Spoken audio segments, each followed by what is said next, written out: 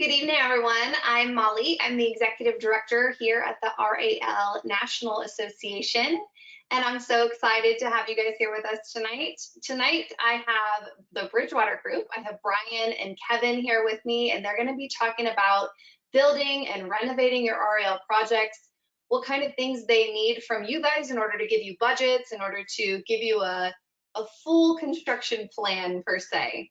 So if you have questions throughout the presentation, there is a control panel on the right-hand side of your screen, and down in that control panel towards the bottom is a questions tab. You can type in throughout the presentation and ask questions regarding sound quality, if you have issues throughout anything, so you can keep me up to date if something's not going right. Or if you can't get sound, there's an audio tab that you can try and switch to your phone or do something else. But don't worry too much, because if you're having issues and you can't resolve it, I will be sending the recording tomorrow. So to not put anything out any further, I'm going to hand things over to Kevin. Thank you so much for being here with us tonight.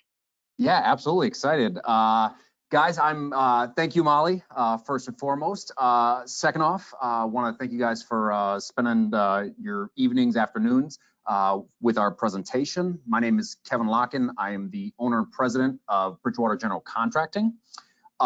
Here also with us is my associate business development manager, Brian Greeley. What we're going to do here is talk a little bit about who we are, what we do, and then on the back end, Brian is going to give a little presentation about how we can help you guys bring your projects to life. And what's needed to make those things happen. So without further ado, we'll get into our presentation here. First thing is who we are and what we do. We are a licensed and bonded general contractor, and what that means is that we have licensing throughout the U.S. Our primary focus is in the Midwest. That's where our bread and butter is. There is a few states that we don't work in, and we have our reasons for those. Those two states would be Florida and California. California is because of seismic requirements. It's just something that I don't myself get into. And Florida is, if anybody's worked there, it's very, very hard to find good subcontractors. And so the need to kind of grind those things out over time really, really wear on you. I've had my Florida license before, and it just wasn't something or a place that I enjoyed working. One of the things that we do with regards to projects, we try and take on the whole scope of commercial, that being commercial, medical, retail, and hospitality. One of the premises of the hospitality is the assisted living skilled care that we do. We have over 100 years experience, and that's anybody inside of our offices, that whether it be project managers, whether it be our director of construction, myself, our office manager, we have a really skilled team in-house that we have. We're based out of Illinois, and so for me, that not that people can't fly across the country and get there, but for me, being a central hub of Chicago, we can get to projects very, very quickly. And being Midwest based, that's something that we pride ourselves in. It is being able to be on projects very, very quickly. These are some of the things that Brian is going to talk about when he goes into how we can help. But one of the things that we do, remodel, retrofit, and new build. We'll kind of go into those. We have our hospitality remodels. Our retrofits are more geared towards our commercial projects, mainly retail, when we're talking about whether it's Verizon or some of the distressed retailers that we've been working with currently. And obviously, of course, we do new build. We also do project consulting. Brian will, like I said, touch upon this in later slides. And so he'll go into a little bit more detail as far as the consulting. The project management, that's one of the bread and butters that we have in-house here, whether it be superintendents, to be able to have the best in-class service that we think that we have as far as staying on top of projects and bringing your project to life, basically. And then the last one, which hardly gets used in this space, but we could see it being used here, is construction management. And basically, in our guesstimate, that more than likely means for you guys is you would bring us in as a consult, and we would find the general contractor in your area, and that may be able to reduce some of your cost. Or we could just general contract the project and be the project manager on it as well. So a couple different ways to skin these things, because some of them do get up there in value, especially when you're using the RAL basis of, hey, we want to get a collection of 3 of these projects going, and they're going to be 8 to 12 beds. So you can have construction management in there to go find those general contractors, vet them, and then control that general contractor for you, so you can, whether it's your skilled nursing or your other business that you have going on, we can kind of be the liaison on those things. So we decided to kind of change up our slides a little bit here. Before this we had an experience tab, but I figured we'd just show you guys the pictures of what we do, and I'll kind of go through some of the projects that we've done. The project on the left was from a national skilled nursing company. They happen to be out of business, but that's through their own kind of capital management. This project was, I think, a little bit over budget on their end, but that's from poor planning. But we were brought in to project manage this thing and kind of bring it through completion. This project is, I think, 110,000 square feet and about 110 beds, with about 30 memory care beds on that west wing there. So it's a 3-story project. It's one that I'm very, very proud of, and it's kind of our showcase piece. The project on the left is a skilled nursing facility. It is a renovation that we've done. We've done about 12 of them for this certain group.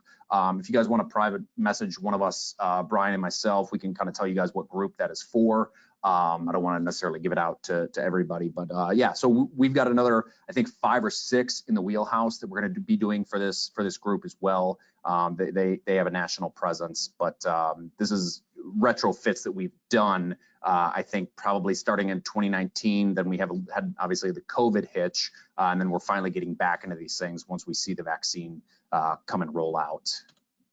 This next one is just kind of showing an interior piece of I think this is a daycare, but just showing typical finishes.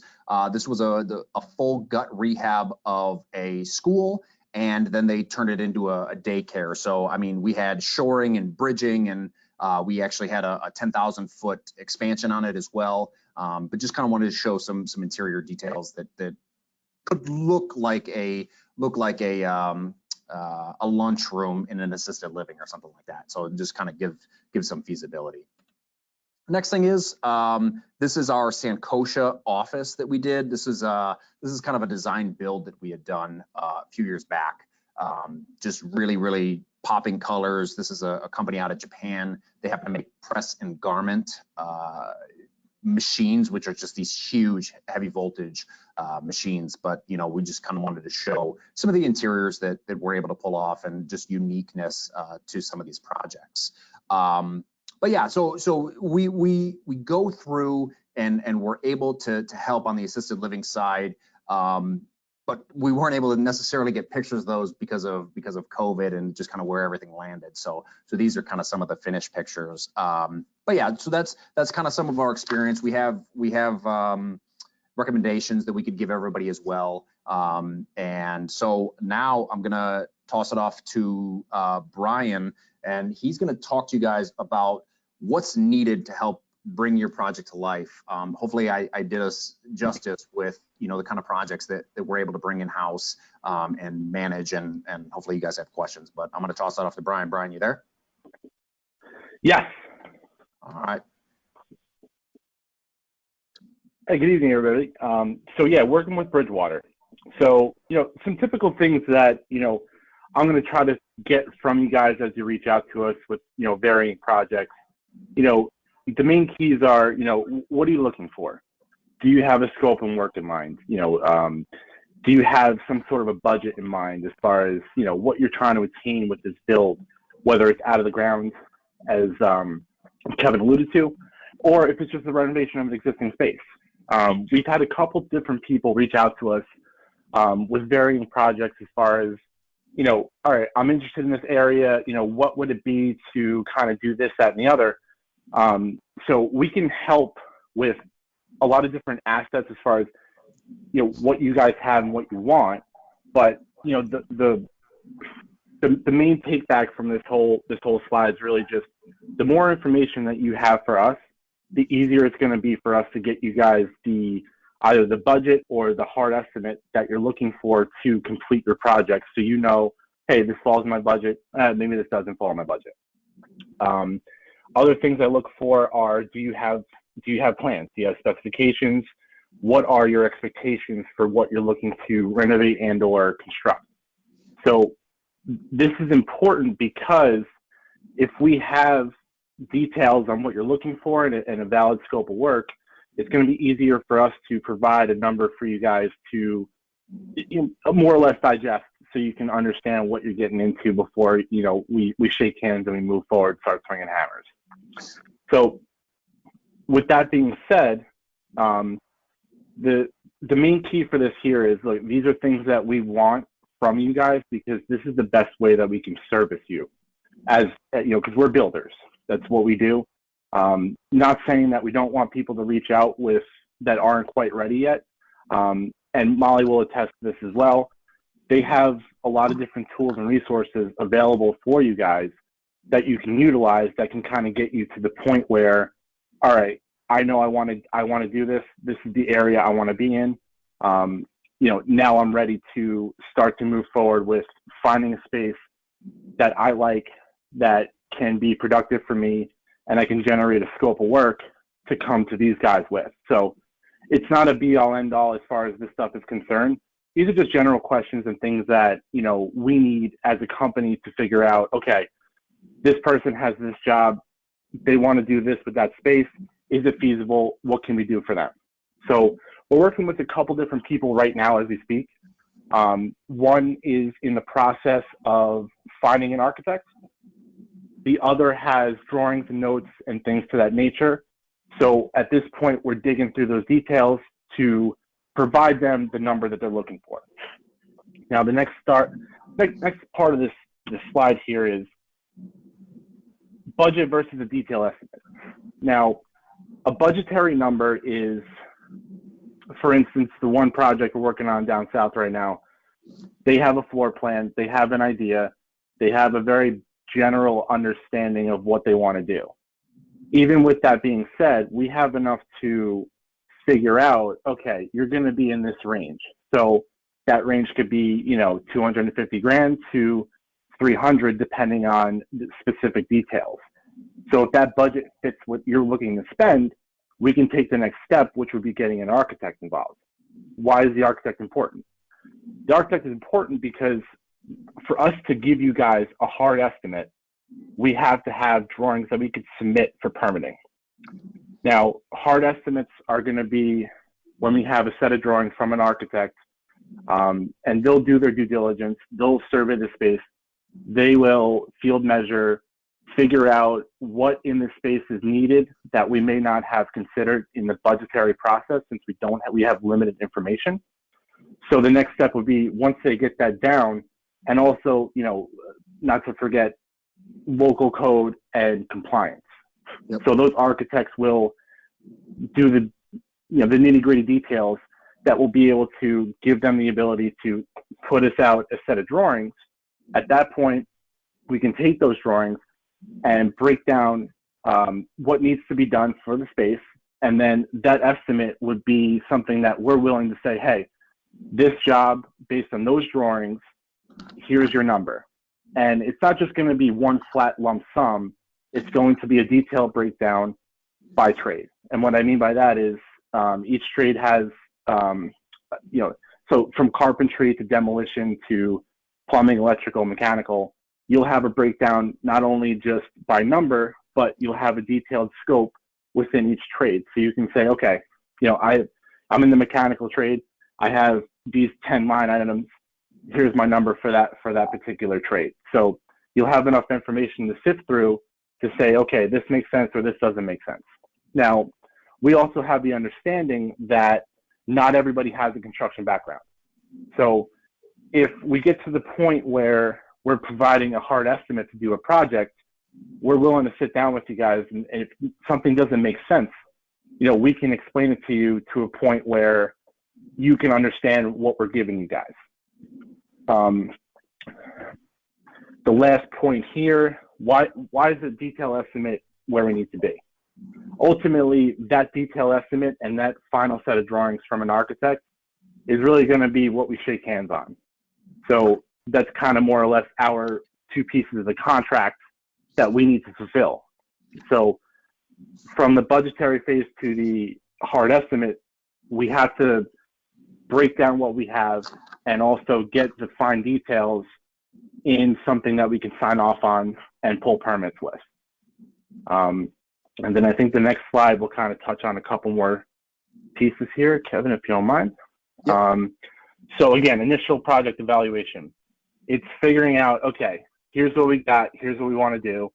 Let's see if we could generate some sort of a ballpark budget so you can understand, hey, all right, this makes sense, we can move forward. Let's see if we can get an architect involved and, you know, start to drive this thing forward. Cost control and budgeting, again, too, it's something we do well. When it comes down to helping clients out and moving forward and things of that nature, from my time here with this company, one take back I've had is, and that I really enjoy, is that we don't want the client to spend $1 more than they have to. And we go out of our way to make sure that, you know, everything is, you know, covered, minimal change orders. And what I mean by change order is when you put out an estimate, sometimes there are unforeseen conditions that you just couldn't really foresee prior to, you know, going through those drawings. So you could have a situation where after demolition, you know, you take down a wall, you pull up some flooring, there's a couple things that are, you know, that don't look right that need to be addressed. For instance, we're doing a project for a company that we work for a lot in Philadelphia, where we take up the flooring in the back of house, and the floor joists were actually being, like, you could actually move them with your hands. And it doesn't take anybody with a construction background to know that's not right. But just a small example of things that, you know, may or may not come up based on the set of drawings after demolition, you know, starts to take place.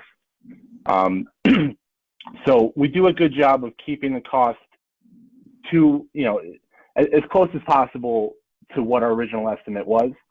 And the budgeting process, again, like I said, it's just one of those things where, you know, if you have some details, we can help you out with figuring out if this project makes sense for you. The next point here is knowledge of state and public health officials. So these regulations, you know, it just comes from experience, being in different places, different municipalities. Some places have some quirky, you know, rules and things like that, that, you know, with that 100 years of experience that Ted was alluding to, there's not really much we haven't seen yet. Next, again, like I touched on before, architects, engineers, as well as ability to refer. You know, we're in the process right now of finding the right architect for one of the members for a project that they're looking to tackle, you know, within the next, you know, 3 to 4 months. So if you guys need help with either or, we can be of service that way. And also too, if you have your own architects, we're more than willing to take a set of drawings from whoever you feel comfortable with. But if you don't have somebody lined up or somebody you know or trust, you know, we can try to help out in that aspect too. I know Kevin can allude to this as well. We do have an architect in the Chicago area who will travel for us that has a lot of experience in assisted living, which is a good asset for us as far as helping out people, because he's very well versed in what it takes to get these homes up and running. Yep. The last part here, systems to maximize project objectives while alleviating headaches. Really what it comes down to is the better the project manager, the less headaches you're going to have. And especially for a client, our job is to make sure that we get these jobs off without a hitch, without, without giving them too many problems. Based on what we're seeing, what's going on, and things of that nature. And that just comes with experience and knowledge. And I think we do a pretty good job of, keeping everything in line and also just delivering on what we're trying to do going forward. And then I think the next slide is just some contact information. So yeah, I mean, here's my email, phone number, website, projects page. Feel free to reach me anytime. If you want to call, text, email, it doesn't matter to me. Reach me anytime. I'll get back to you. If I can help you with anything at all, even if it's just some references, as Kevin alluded to, some completed project photos, who it is, what we do. If you need any other information, things of that nature, feel free to reach out anytime. We're here to help you guys, however we can. Absolutely.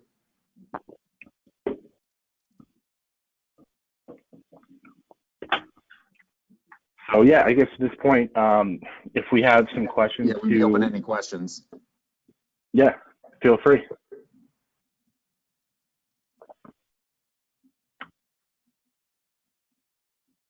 Molly, you there?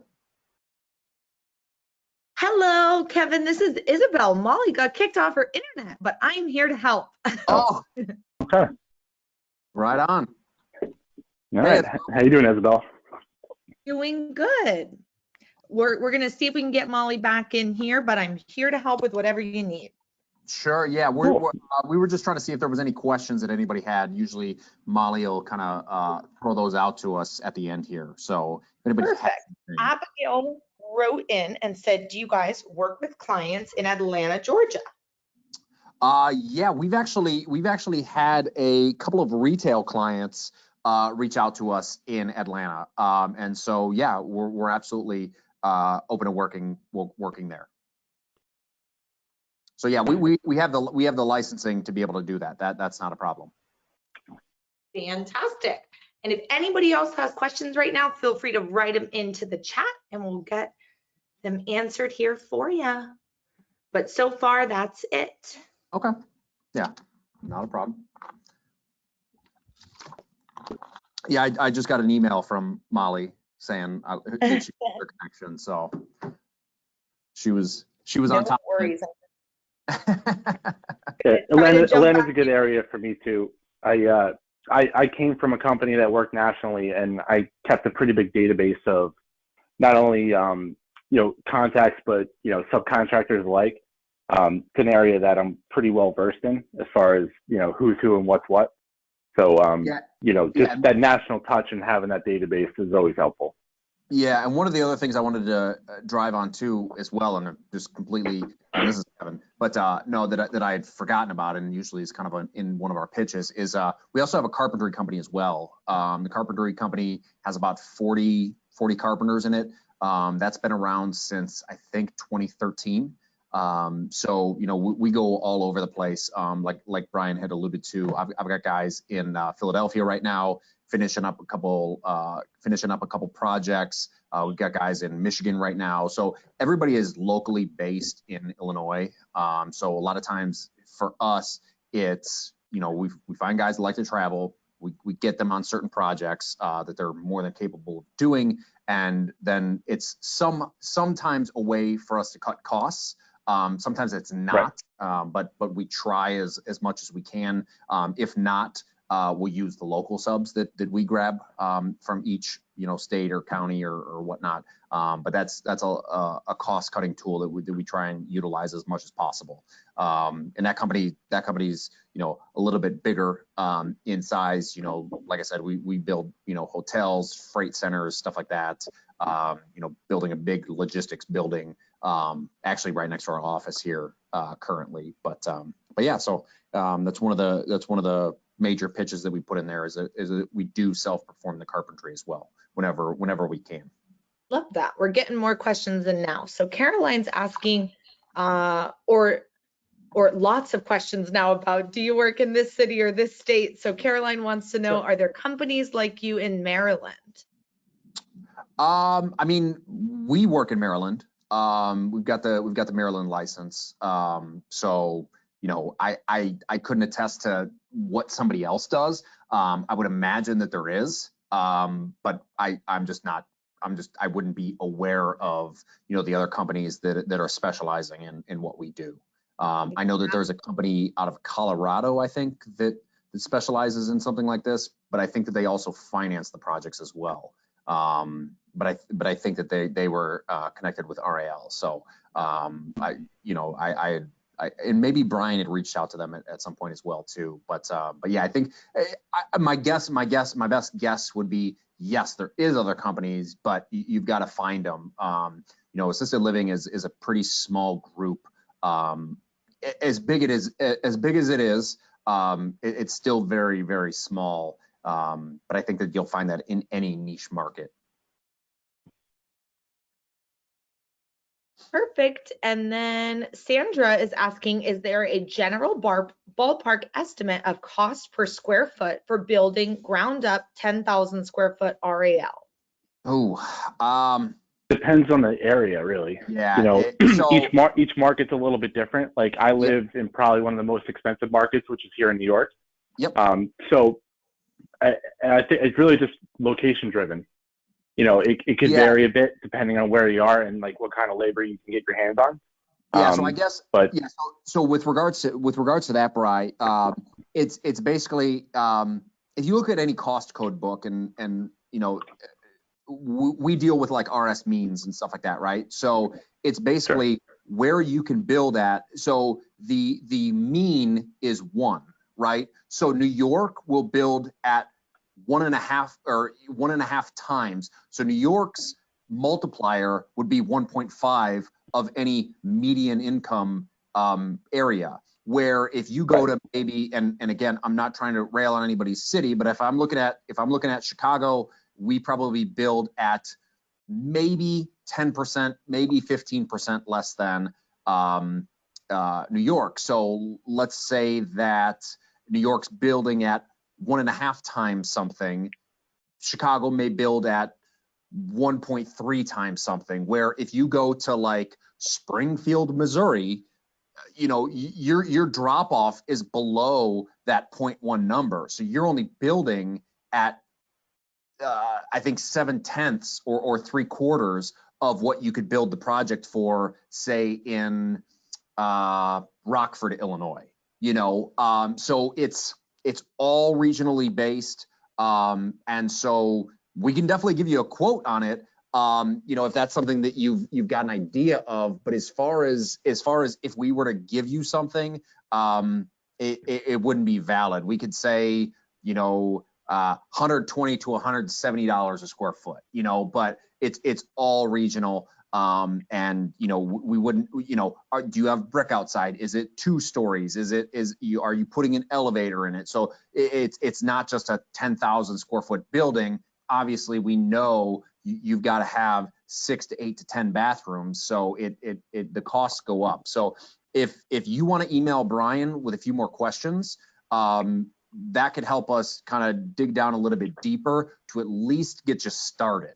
You know, so I would say email Brian and just give him a little heads up on what you're looking for. Obviously, we know it's 10,000 square feet, but tell us area and any other specifics that you may have that can help us out, because that's really going to play a huge factor in everything. So I hope I explained that. I hope that wasn't a little too granular. But yeah, if you're talking different specifics and areas, you're going to be all over the board. Oh my gosh, you guys, I'm back. Oh, perfect. Oh, Hey. so you got to see us just do like what we always do. I just threw myself a call over to Isabel. She always saves my butt. So thank you so much, Isabel. Yeah, thank you. No, But I can work through the rest of these questions now, so everyone else will get your questions answered. The next question says, will you work in San Antonio, Texas? And if so, do you travel out for the duration of the project? Yes, yeah, our superintendents do, and obviously, yes, our carpenters do as well, if that's the cost savings that's needed to secure the project. So yeah, that's not an issue at all. Perfect. And then the next question says, in the Denver metro area, are you experiencing delays in acquiring permits during COVID? In their city, Wheat Ridge, it takes a while anyways. Are they asking specifically about Denver?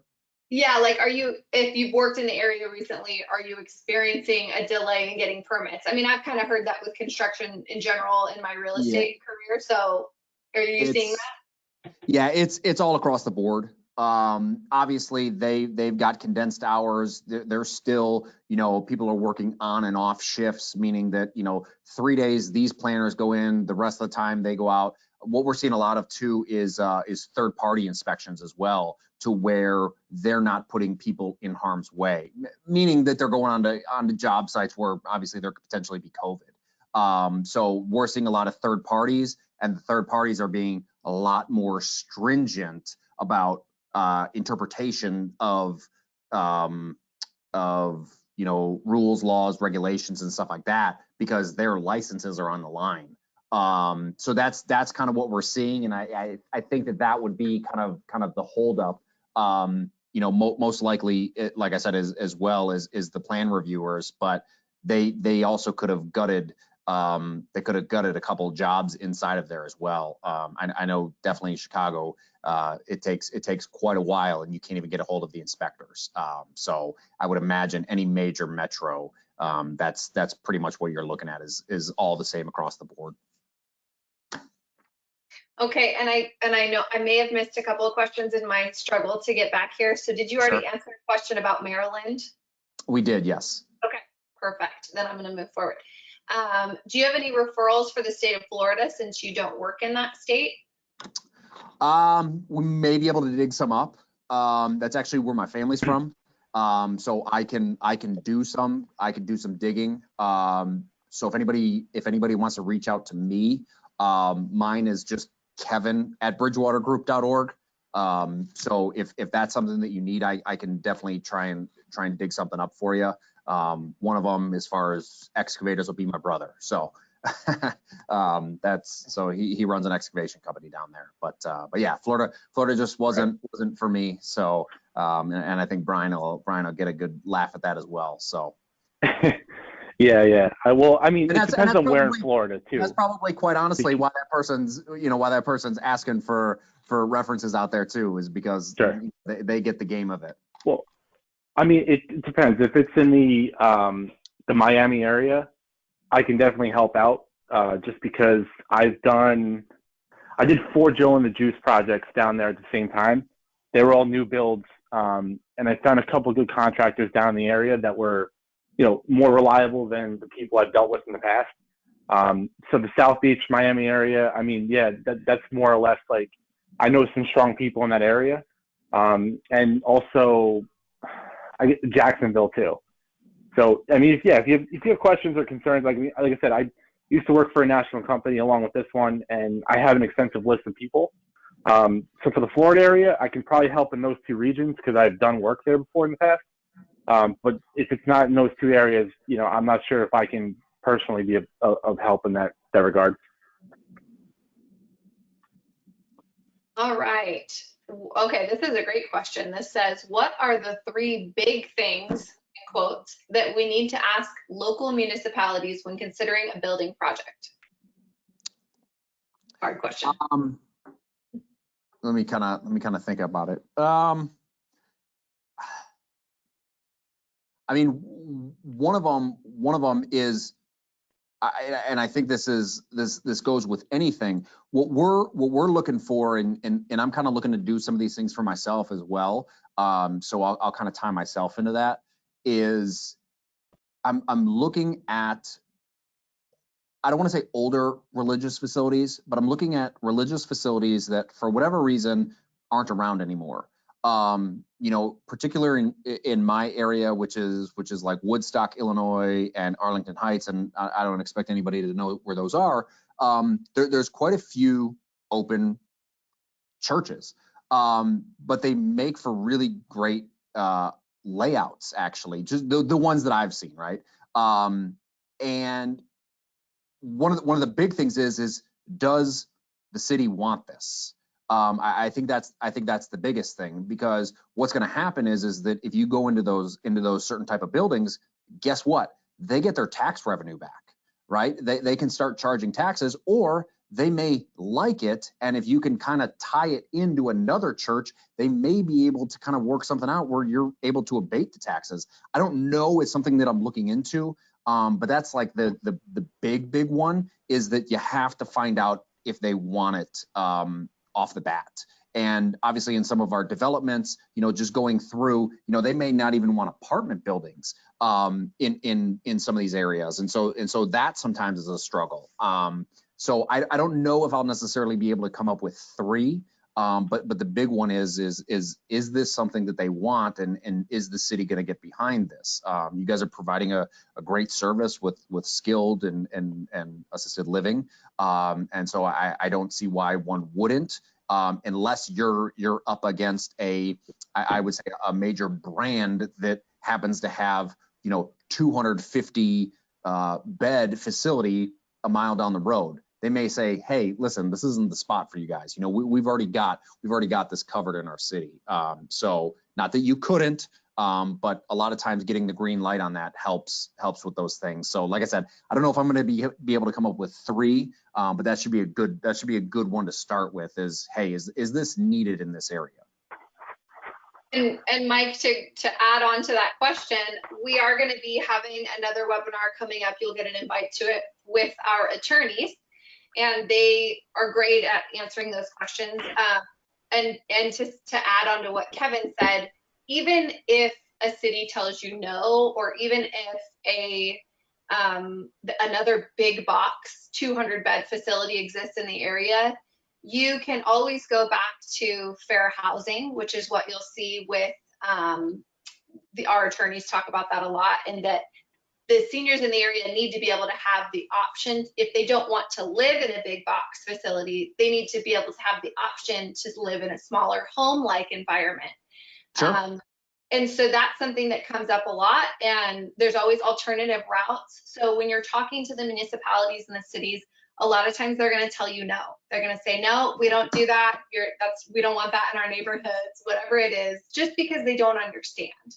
Well, so, yeah, it's just getting creative with it. Yeah, absolutely. Yeah, coming to them with data saying, hey, this is how many people are aging over the age of 80, or whatever is the median age of people in your area that are in assisted living. And this is a need that is here, and you need to be able to have options for those people. So there's a lot of different things that goes into that, and we will have the attorneys be coming through. And oh, Mike, what is fair housing? So fair housing is the act that protects the classes of people, like people with disabilities, which would be considered the seniors that live in the care home. If you're going to do a senior care home, many people have homes for autism, or they have homes for other people with mental disabilities. And so those are a protected class of people covered under the Fair Housing Act. And so our attorneys specifically use that act to be able to prove to the cities that this is something that they need to allow in order to give these seniors or these people with disabilities the option of housing. So I will go on to the next question here. It says, have you ever built in Indiana? And of course, I'm sure you have. What is the average time it takes to build, start to finish, a 5,000 square foot RAL? 5,000 square foot RAL. You're probably talking six to 9 months. Obviously, with like the design inside, it could take a little bit longer. If you're just ground up, it's just going to be something similar to a house, and you've got relatively quick turnaround times on those. And so I would say, perfect weather, everything goes right. 6 to 9 months is a good gauge. Which is typically what a builder will tell you when they build a new building, right? 6 to 9 months, that's typically when you can get permits and things like that. But yeah, you know what can happen in there, obviously. Yeah, and that's a pretty relatively easy. I don't want to say it's not a hard build, but yeah, I mean, 5,000 square feet, you're looking at a just a larger, maybe a larger house. I think our typical, houses here are, anywhere from 28 to 3,200 square feet. So it's just something a little bit bigger than a house, and it all goes up the same. So yeah, I would say 6 to 9 months. You've got a little bit more interior work to do, and that's what takes a little bit longer. You've got some design work to obviously make the residents feel a little bit more comfortable than you would in a house where you just want to have this huge living room with big windows in it or something like that. You've got to make these things relatively cozy for these people.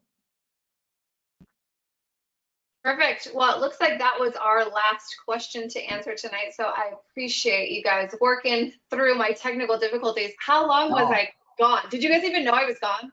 Well, no, I was like, all right, well, waiting for Molly to swoop in here. So, and then you did, and I'm like, okay, all right. So I was almost going to click the tab over and just start reading the questions myself. So glad I didn't have to, because then then my reading comprehension has to go up as well. So. Oh my gosh. Well, thank you so much, you guys. I went into panic mode there. So I'm so happy Isabel was able to jump in, and I'm really happy you guys were able to answer some really great questions. So yeah. I'm thinking about even maybe turning some of these into like questions and answers that I just put up on our Facebook page, right? Because you guys did such a great job answering. Sure, these. absolutely. So I'll run those by you guys.